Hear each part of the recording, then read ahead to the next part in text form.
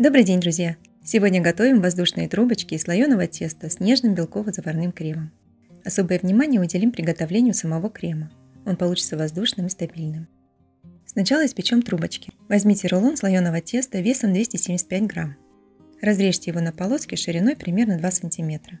Оберните конусы тестом, слегка накладывая полоски друг на друга.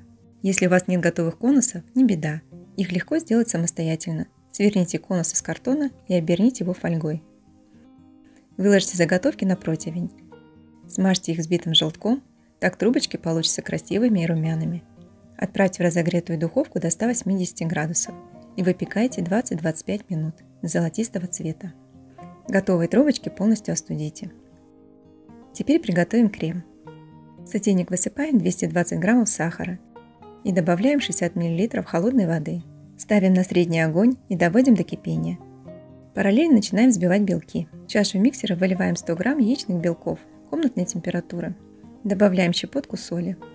Чаша миксера и венчик должны быть абсолютно чистыми и обезжиренными, а в белки не должна попасть ни одна капля желтка. Взбиваем белки на низкой скорости, постепенно увеличивая ее до средней. Тем временем варим сироп до 115 градусов, не мешая. При измерении температуры следите, чтобы игла термометра не касалась дна посуды. Когда сироп достигает 115 градусов, увеличиваем скорость миксера до максимума. Продолжаем варить сироп до 125 градусов. Затем снимаем с огня и даем кипению немного утихнуть, буквально несколько секунд. Добавляем 1/3 чайной ложки лимонной кислоты и перемешиваем. К этому моменту белки должны быть хорошо взбиты и готовы к соединению с сиропом. Теперь тонкой струйкой медленно вливаем горячий сироп в белки, продолжая взбивать. Очень важно, не лейте сироп слишком быстро, иначе он осядет на дне чаши. Также следите, чтобы струя не попадала прямо на венчик, чтобы сироп не разбрызгивался по стенкам. После добавления всего сиропа продолжайте взбивать еще 5-7 минут, пока он не станет плотным, блестящим и стабильным. Готовность легко определить.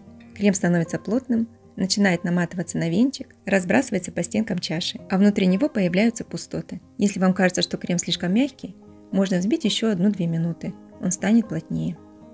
Если хотите сделать крем ароматнее, добавьте немного ванильного экстракта или лимонной цедры на этапе взбивания. Этот крем не только отлично подходит для наполнения трубочек, но он и прекрасно держит форму, поэтому его можно использовать для покрытия тортов, оформления десертов и даже создания кремовых цветов.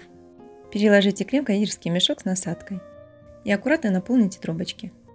По желанию украсьте трубочки сахарной пудрой, так они будут выглядеть еще аппетитнее. Вот и все. Вкусные хрустящие трубочки с нежным белково-заварным кремом готовы. Спасибо, что были со мной. Приятного аппетита!